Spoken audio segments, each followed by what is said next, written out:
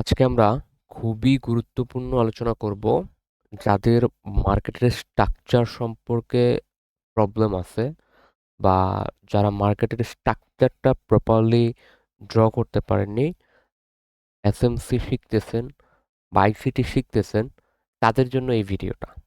তো let's go.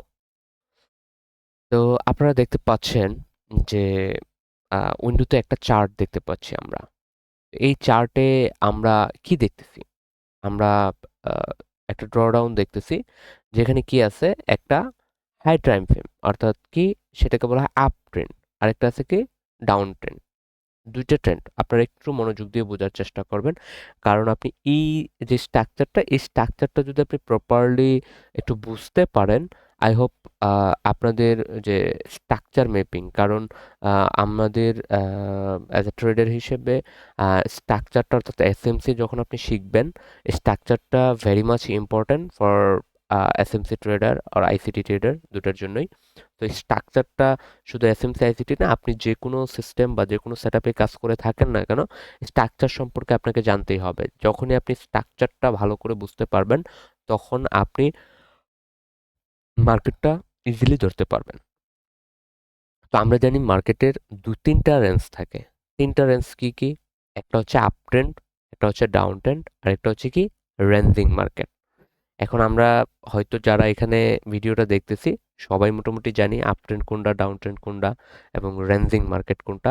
যদি কেউ না জেনে থাকেন, তবে অবশ্যই সার্চ দিয়ে গুগল অথবা ইউটিউব বা আমাদের চ্যানেলও আছে, তো আপনি আলাদা আলাদা ভিডিওগুলো দেখে নেবেন।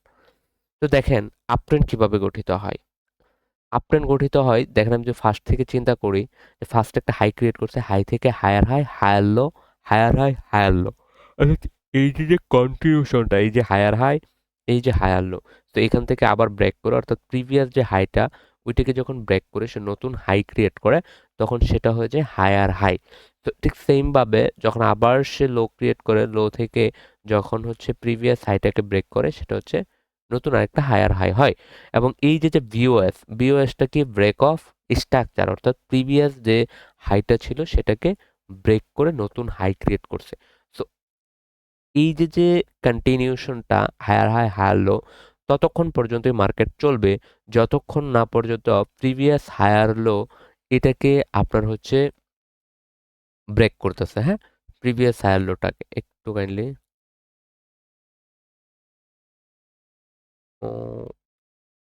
আচ্ছা, আপনাদের যেটা দেখাইতে চাইছিলাম ওটা হবে না, এইভাবে দেখাই।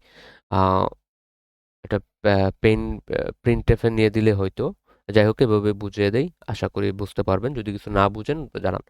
তো এই যে যে হায়ার হাই এবং হায়ার লো, তো এই যে যে হায়ার হাইটাকে ব্রেক করে সে চলে গেল, তো তখন সে নতুন হাই ক্রিয়েট করলো। যখনই সে প্রিভিয়াস লোটাকে ব্রেক করে চলে আসলো, তো তখন কি হলো, যে এই যে প্রিভিয়াস যে ব্রেকটা, এই দেখেন, এই যে এখান থেকে সে কিন্তু নতুন একটা হাই ক্রিয়েট করার কথা ছিল এখানে, সে কিন্তু ক্রিয়েট করতে পারে নাই।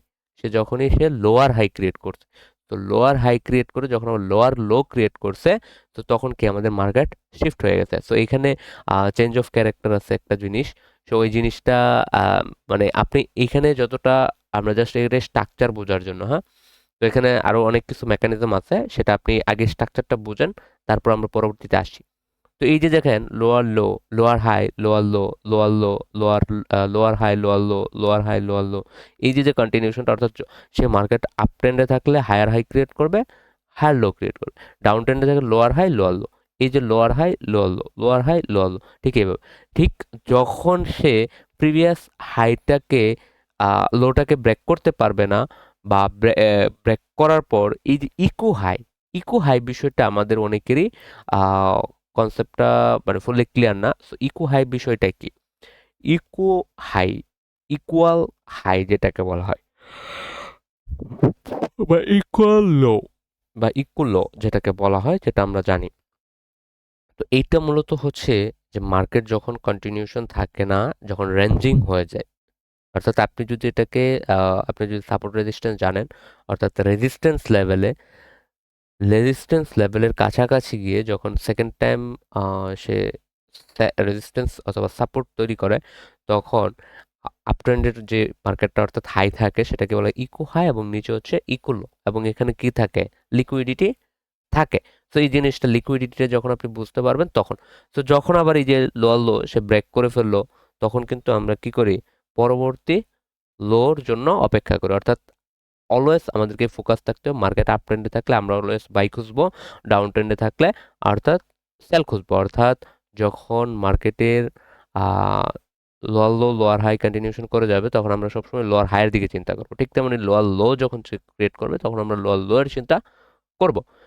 এখানে মানে এই ইমেজটা আছে, ইমেজটা আমি দিয়ে দিব ভিডিওর সাথে, আপনারা মানে বড় করে প্রত্যেকটা জিনিস দেখবেন। এই যে এখানে হায়ার হাই কিভাবে মানে শর্ট ফর্ম এখানে আছে, এখানে মানে ফুল ফর্ম দেওয়া আছে, সেখান থেকে দেখবেন এবং বোঝার চেষ্টা করবেন। অর্থাৎ মার্কেটের স্ট্রাকচারটা ইজ ভেরি মাচ ইম্পর্টেন্ট। ঠিক তেমন দেখেন এই যে এখানে দিছি কি আপ ট্রেন্ড, যেটাকে আপনাকে বুঝাইলাম যে ফার্স্ট হাই থেকে যখন ইম্পালস দিবে, অর্থাৎ ইম্পালস কি মানে হাই ক্রিয়েট করবে, অর্থাৎ প্রিভিয়াস যে হাইটা আছে সেটাকে ব্রেক করে নতুন হাই ক্রিয়েট করবে এবং সেটা কত লেভেল পর্যন্ত যাবে, এই জিনিসগুলো যখন আপনি স্ট্রাকচারের পর আপনার সিস্টেমেটিক জানবেন তখন আপনি জানবেন যে এই জায়গা থেকে মার্কেটটা এই পর্যন্ত কেন গেল, মার্কেটটা তো এই পর্যন্ত যেতে পারতো, সে এই পর্যন্ত গিয়ে কেন আবার হ্যালো ক্রিয়েট করলো।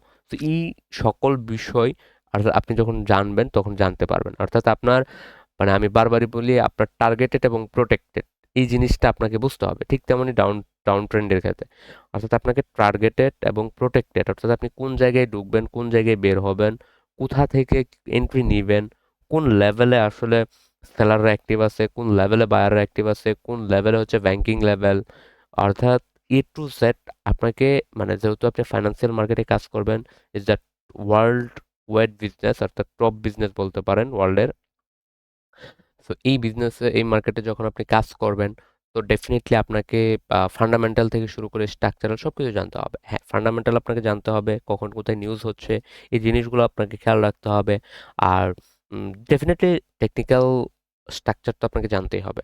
তবে আমি এটুকু শিওর দিতে পারি, আপনারা যারা মানে ভিডিওটি দেখতেছেন তো আপনারা একটু বোঝার চেষ্টা করেন, শিখেন। আমি আপনাকে শিওর দিলাম আপনি যদি 2 থেকে 3টা মাস মার্কেটে সময় দেন আমি 100% শিওর আপনি এখান থেকে ভালো একটা প্রফিট জেনারেট করতে পারবেন।